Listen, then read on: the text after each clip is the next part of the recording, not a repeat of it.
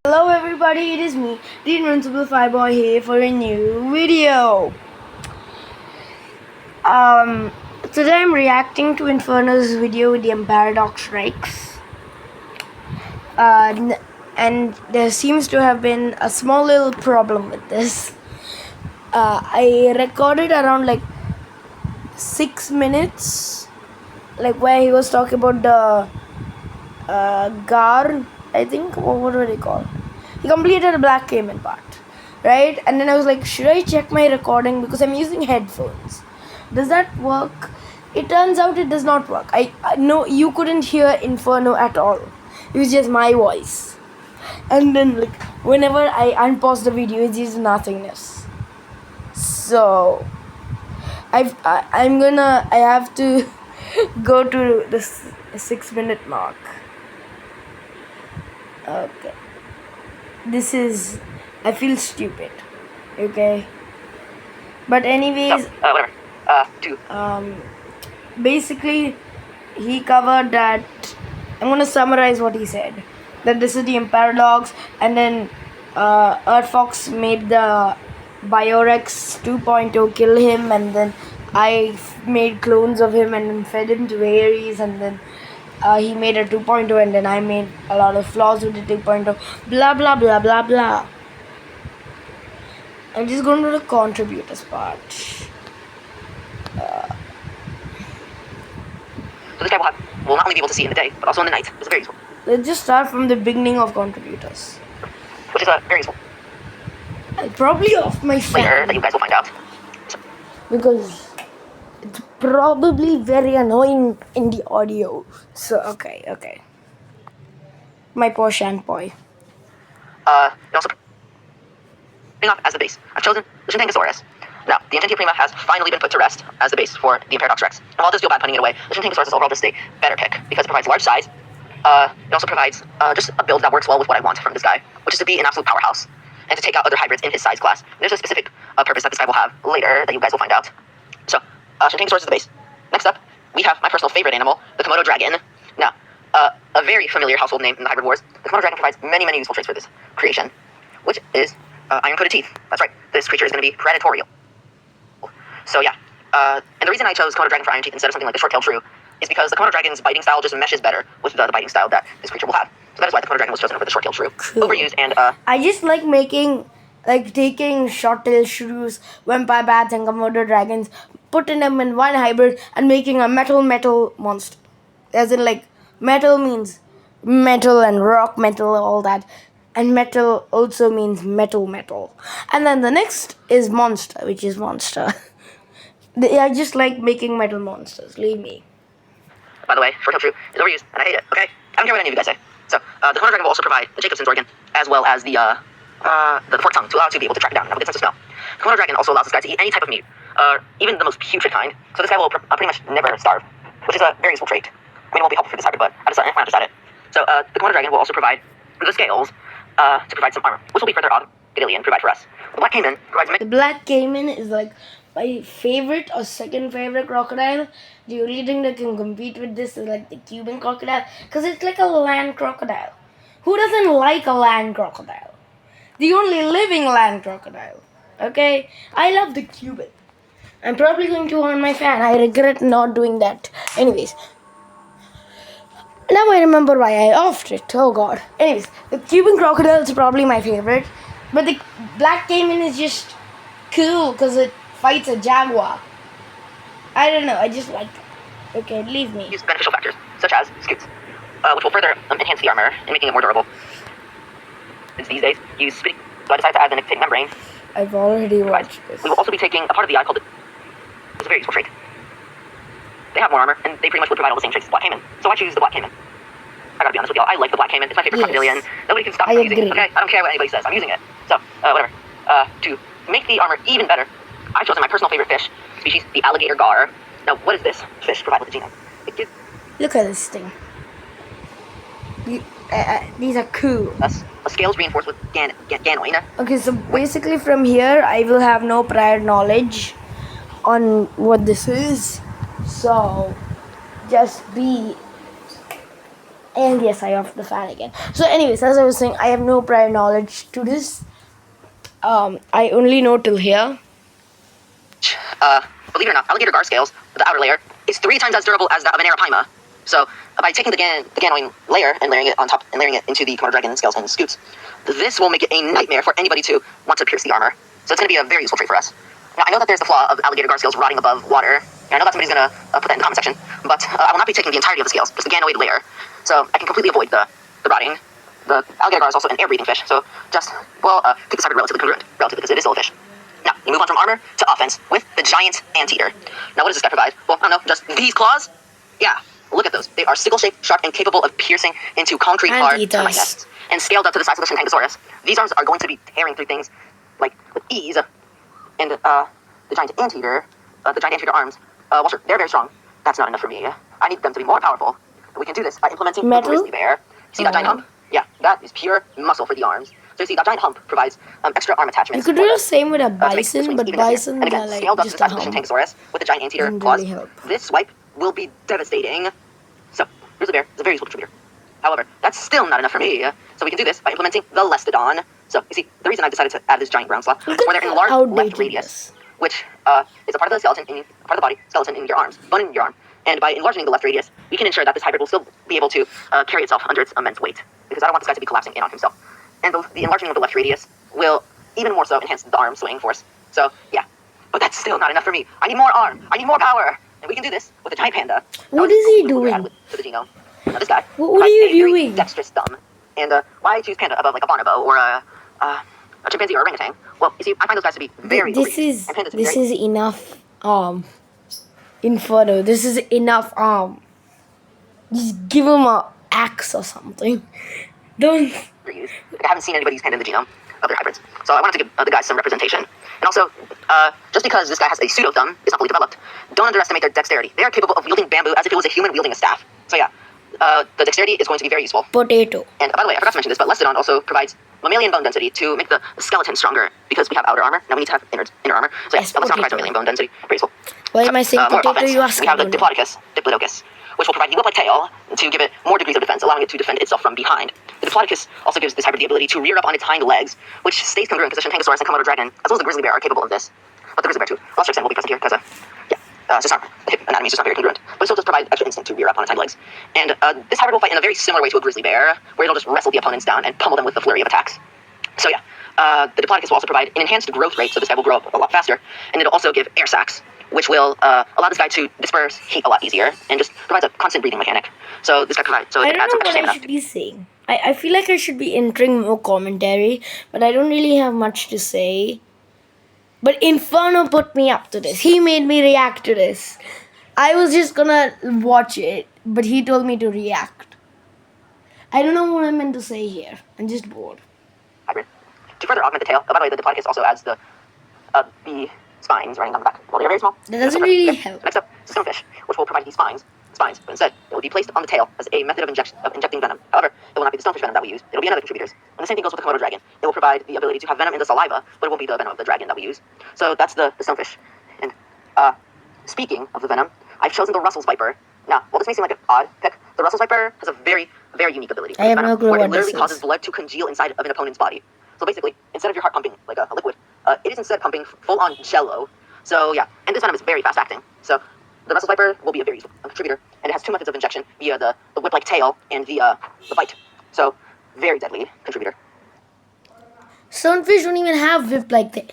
So okay. So you're gonna put that. Wait, what? So you're putting it on. My brain's failing to function. Leave me alone. So next up, we have the Allosaurus annex, which will provide the head and neck. So basically, the head is very pressure resistant. Rest in peace, Saurophaganax. You shall be remembered. It allows to take more blows, but the skull of the Allosaurus and the neck will be used in order to give this hybrid like a slicing bite to cause bleeding. And what else? The Allosaurus also gives it extra instincts to fight with his arms, just in case. So Allosaurus annex is I'm bored. this contributor. Next up, we have the vampire bat, another very familiar household name of the hybrid wars. So what does this little monster provide for us? Well, it provides the ability to metabolize iron, turning the scutes coated in a layer of ganoin. Ganoin will be then coated in a layer of iron, but it will only be... Quick note, I have probably found one of the most powerful combinations of things ever for claws or teeth, and I'm gonna use it whenever I'm making my next hybrid. I don't know when that is, but it's most definitely going to be impenetrable. I'm not gonna spoil it yet, but it's cool and I like it, and it's overpowered. Scoots, not the rest of the scales, just the scoots. Okay. The vampire bat also provides heat vision, not heat vision, echolocation. I'm not taking the heat vision. My I'm only taking video is echolocation. 3 Okay. seconds. So this guy can nearly see in pitch black, dark ambient areas. Not only is thanks to the tap and elucidum, but now also thanks to echolocation. So the vampire bat also gives the ability to close off its eardrums. While this may seem like a random ability, I've seen some hybrids use howler monkey DNA to provide reinforced vocal cords and allow it to have a deafening screech. So by implementing vampire bat's ability to close off its ears, this will allow that this hybrid will not lose its hearing in combat. So yeah, that is the purpose of the vampire bat. And it also gives it some disease resistance. And next up, now we have pretty much, I think, all the physical traits. Yeah, I think we do. The time to move on to the most important part of any animal, the brain. What is a warrior without a mind? So, to start off, peak epic reference. Warrior of the mind. I still ain't. Okay, I'm not gonna sing. I want to sing, but this is not anything to do with epic, right? This is nothing to do with epic, but like he referenced Warrior of the Mind. What am I to do? I want to sing. the intelligence department, we have the raven, Don't do that ever again. You're gonna make me sing. which will contribute to tool usage. So while we have the dexterity to use tools, we do not have the instincts to use tools. So the raven will provide that part of this hybrid, as well as Inferno Dragon. Don't disappoint me. Okay, I feel like I should have done that. I don't know why I didn't. Anyways. Problem solving. By the way, I forgot to mention, but the Komodo dragon also provides some facial recognition, which will be useful for the purpose of this hybrid. So that's the raven. Next up, we have the orca, which provides the hybrid with enhanced social behavior, as well as the ability to work in groups, which will be very useful for this hybrid. And lastly, we have the red-tailed hawk. What does this bird contribute to the genome? Bird? It provides the hybrid with not only enhanced vision, so it has very good night vision, but it can also see from miles away. The red-tailed hawk will also provide the hybrid with trainability, as well as being further bolstered by the orca and the raven. Now, why do I need this hybrid to be trainable, you ask? Well, you see, Inferno Dragon Genetics has a new program known as the Hybrid Extermination Program, where we send out hybrids, our creations, to take out hybrids that have been causing too many problems, such as having a negative effect on the ecosystem, having taken too many human lives, etc., etc. So, with the trainability... So you're like copying creature archives? Question mark? But also not question mark? So this is like creature archives. Like that one series they started. How dare you copied him? Imperadox Rex 3.0 is the first hybrid of our Hybrid Extermination Program. That is why I need this guy to be trainable, because his purpose is literally to hunt down other hybrids to keep their populations in check. So yeah, now with the genome out of the way, it's time to get to the metrics, which are coming in at a length of 12 meters, a height of 6 meters when quadruped, and 7 meters when biped. And I haven't counted when standing fully upright, but... Can we just say, like, that this drawing is a bit weird? Right? How will this... No, this is not a good drawing. I'm sorry, Inferno, but this is not a good drawing. You should really improve on a lot. It's better than, of course, the first ones. And by that, I mean, like, the tail. It's like, just snap the tail. The tail is part of the vertebrae. I don't know what you did there. And then what happened to its head and neck? It doesn't belong there. It belongs on something small. Meters and a weight of up to 20 tons. This guy is absolutely beefy. And he can get to 20 tons because of the Shintangosaurus base body. Also, why is Mars in the sky? I just saw that. Why is Mars in the sky? What dystopia are you in? Apatosaurus, not Apatosaurus, Diplodocus, increasing the size, as well as the mammalian bone density from Mastodon. Now, time to reveal our Crimson Dragon. Introducing Imperadox Rex 3.0 in all of his glory. Okay, this is way better. Okay, okay. So I'm glad that wasn't the actual. Okay, thank God. Okay. Okay, this is actually good. Yeah, of course I would work on the legs. Please work on those legs and arms. But it looks good. What happened to its head? It got ripped off. And isn't it meant to be having a big hump here from the bear? And where are the scorpion like not like scorpion fish thingies, because none of these actually work like a scorpion fish does, unless you're saying these things can be pulled out. I don't know, because the Scorpius Rex, it really isn't that real in the fact that it can just throw quills. That's not real. Name is the Vermiculus draconex, name meaning the Crimson Dragon. Now, the specimen you are looking at here is our largest, strongest, most trainable, the smartest, and is basically just the peak in every format.